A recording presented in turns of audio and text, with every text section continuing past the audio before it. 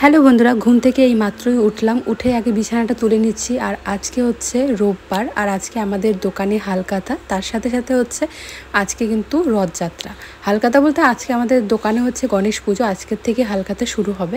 তো তাই জন্য সবাই কিন্তু বাড়িতে সকাল সকাল ঘুম থেকে উঠে পড়েছে, আর সবাই সকাল সকাল স্নান করে নেবে, কারণ ব্রাহ্মণ মশাই চলে আসবে 7টার মধ্যে পুজো করতে।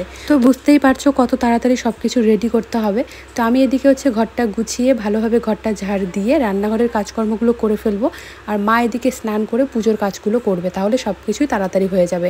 আর এদিকে আমার বর চলে এসেছে দোকান খুলতে, যেহেতু দোকানে পুজো হবে তাই আজকে দোকানটাও খুব তাড়াতাড়ি খোলা হচ্ছে। আর আমরা কিন্তু সবাই ঘুম থেকেই 5টার মধ্যে উঠে পড়েছিলাম। তো এই যে আমি এখন চলে এসেছি ঘর ঝাড়ু দিতে, ঘরটা ঝাড় দিয়ে তারপর আমি নাইটিটা চেঞ্জ করব। আর আজকে কিন্তু বাড়িতে সবাই উপোস আছে, শুধু আমি উপোস নেই, কারণ আমি তো এখন না খেয়ে থাকতে পারি না, তাই জন্য। আর তার মধ্যে আমি এখন অঞ্জলি দিতে পারবো না, তাই জন্য কিন্তু আমি খেয়ে নেব আর কি। ঘরটা ঝাড় দিয়ে চলে যাব রান্নাঘরে, যা কাজকর্মগুলো আছে সেগুলো করে নেব, কারণ এই যে ওভেন পরিষ্কার করা, বাসন মাজা, এইসব কাজই তো থাকে, এগুলো আমি করব। আর ঠাকুর পুজোর যা কাজ ওগুলো সব মাই করে ফেলবে। তো চলো একটা কমেন্টে রিপ্লাই দিয়ে দিই। আমাকে একজন জিজ্ঞাসা করেছে যে আমার হাতে যে আইসতিটা আছে তো সেটা কত গ্রাম। তো আমার এখন সত্যি মনে নেই, অনেক দিন হয়ে গেছে নেওয়ার, 1 বছর। তো কত গ্রাম আছে আমার ঠিক মনে নেই, তাই আমি বলতেও পারছি না। Hello everyone, good morning. আজকে খুব সকাল সকাল ঘুম থেকে উঠে পড়েছে, আর এখন বেজে গেছে কিন্তু 5:30। তো আজকে বাড়িতে হচ্ছে গণেশ পুজো, আজকে রোববার, ওই কারণে সবাই সকাল সকাল উঠেছে। আমি উঠে বিছানাটা গুছিয়ে ঘরটা ঝাড় দিয়ে নিলাম।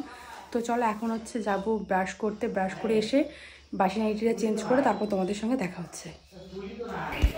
আর আমাদের যে এবছর হালখাতাটা হচ্ছে এই মাসেই কিন্তু হালখাতা করা হয় না, মানে রথযাত্রার দিন কিন্তু আমাদের হালখাতা করা হয় না, কারণ যেহেতু আমার যখন ডেলিভারির সময় ওই সময়টাই হালখাতা পড়েছে, তাহলে তো আমরা হালখাতাটা করতে পারবো না, তাই জন্য কিন্তু এবার রথযাত্রায় হালখাতাটা করা হচ্ছে। আর তোমরা আমাকে অনেকেই জিজ্ঞাসা করো যে আমার ডেলিভারি ডেট কবে। তো আমার ডেলিভারি ডেট হচ্ছে সেপ্টেম্বর মাসে। তো সেপ্টেম্বর মাসের কবে হবে সেটা আমি তোমাদেরকে বলতে পারছি না, কারণ সেই ডেটটা এখনও কিন্তু আমাদেরকে ডক্টর দেয়নি, কিন্তু ডক্টর বলেছে যে সেপ্টেম্বর মাসের লাস্টের দিকে হতে পারে। তো তাই জন্য লাস্টেও হতে পারে, আগেও হতে পারে, এটা তো আর গ্যারান্টি দিয়ে বলা যায় না, তাই জন্য কিন্তু বলতে পারছি না আমি তোমাদের। কিন্তু সেপ্টেম্বর মাসে যে হবে সেটা তোমাদেরকে বলে দিচ্ছি। একটা দিদিভাই আমাকে কমেন্ট করে বলেছে যে ওই দিদিভাই প্রেগনেন্সির 6 মাস কি 5 মাস চলছে। তো বলছিল যে দিদিভাইয়ের নাকি ঘুম হয় না, একদমই ঘুম হচ্ছে না। আর আমার কি ঘুম হয় সেটাই আমাকে জিজ্ঞাসা করা হয়েছিল। তো আমি তো এত পরিমাণে ঘুমোই, কি বলবো, রাতের বেলা আমি একদম জাগনা পাই না। রাতে একবার আমি ওয়াশরুম যাওয়ার জন্য উঠি, তাছাড়া কিন্তু আমি একদম সকালবেলা ঘুম থেকে উঠি, কারণ একদম সকালে গিয়ে আমি জাগনা পাই। আমার কিন্তু খুব ভালোই ঘুম হয় আর কি, কোনো অসুবিধা হয় না। সত্যি বলতে গেলে আমার কোনোই অসুবিধা হয় না, যে ঘুম বলো, খাওয়া বলো, বসা ওঠা, কোনো কিছুতেই কোনো অসুবিধা কিন্তু আমার নেই।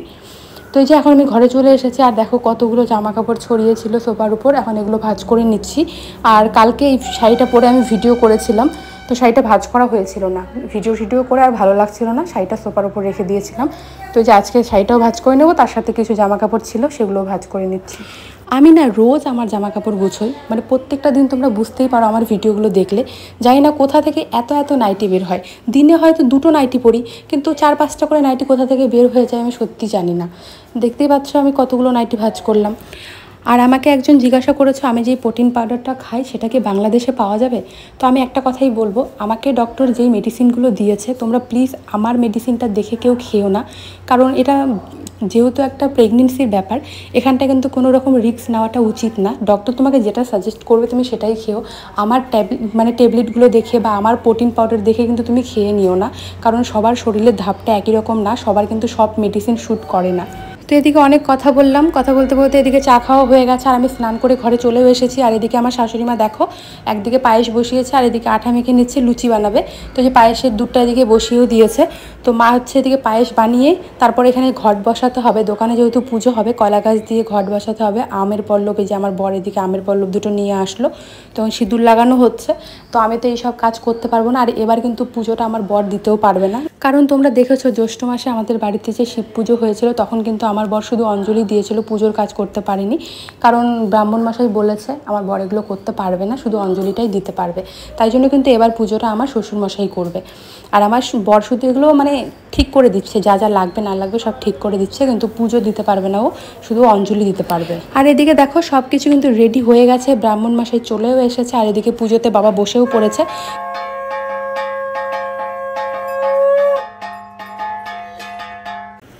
আজকে যেহেতু দোকানের পুজো, তাই জন্য দোকানটাকে সুন্দরভাবে সাজানো হয়েছে। আর তোমরা অনেকেই জিজ্ঞাসা করো যে আমাদের কিসের দোকান। হয়তো তোমরা দেখে বুঝতেই পারছো আমাদের কিসের দোকান। আমাদের কিন্তু ফার্টিলাইজারের দোকান, মানে সারের দোকান।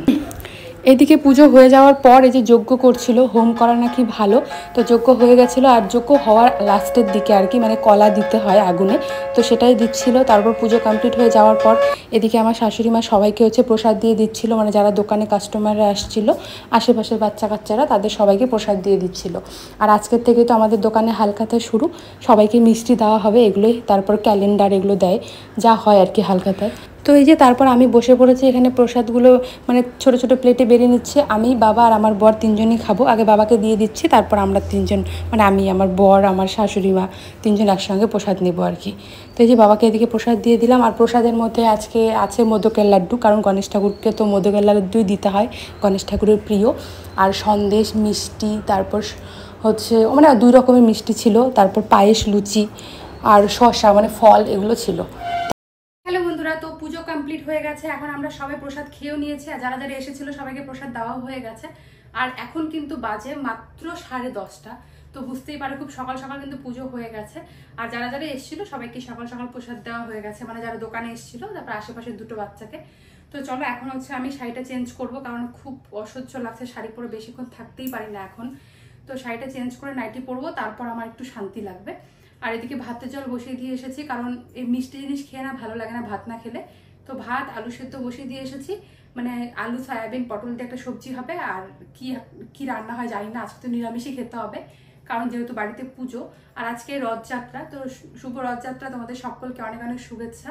তো আমাদের বাড়ির পাশ দিয়ে রথ যাবে, তখন আমাকে আবার শাড়ি হয়তো পরতে হবে, কারণ সবাই আমাদের দিক দিয়ে রথ যায়, সবাই রথের মানে রথের যে ডুইটা থাকে সেটা টানতে যায়। তো আমিও যাব, প্রত্যেক বছরই যাই, এবারও যাব।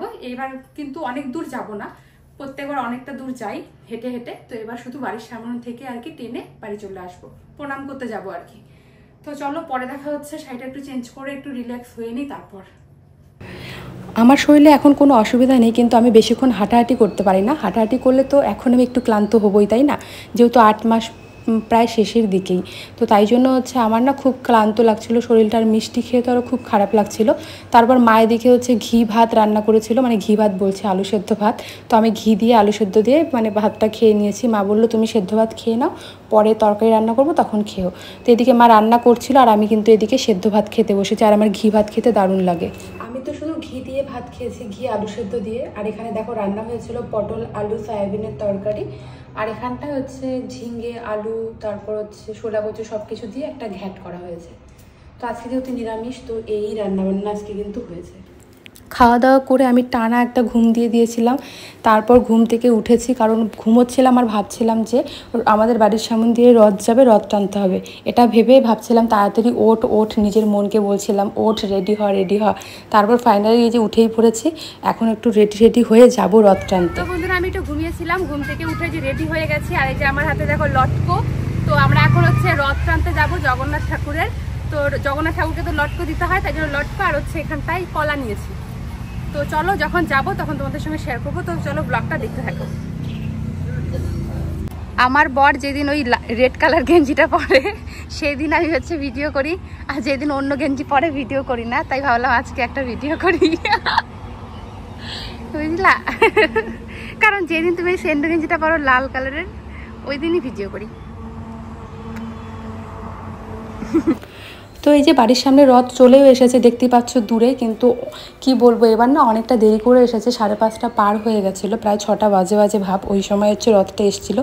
তারপর রথটা টেনে আমি না ভেবেছিলাম বেশি দূরে যাব না, কিন্তু তাও না অনেকটা দূরেই গেছিলাম।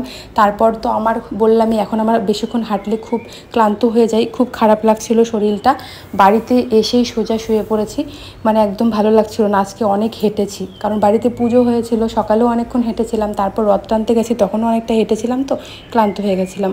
আর এদিকে দেখো আমি আর মা এদিকে লটকো ঠাকুরকে ছুঁড়ে ছুঁড়ে দিচ্ছি, কারণ অনেক উঁচুতে, তো এখানে তো আর হাত পাওয়া যাবে না, তাই জন্য ছুঁড়েই মারতে হয়।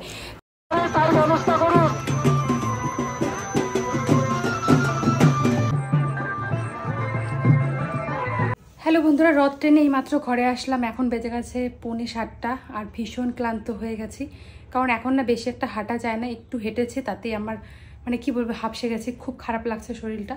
তো চলো এখন আমি শাড়িটা চেঞ্জ করে একটু রেস্ট করবো। আর আজকের ব্লগটা এখানে এন্ড করছি। কীরকম লাগলো কমেন্টে জানিও। ছোট্ট একটা ব্লগে আজকে শেয়ার করলাম। তো চলো টাটা।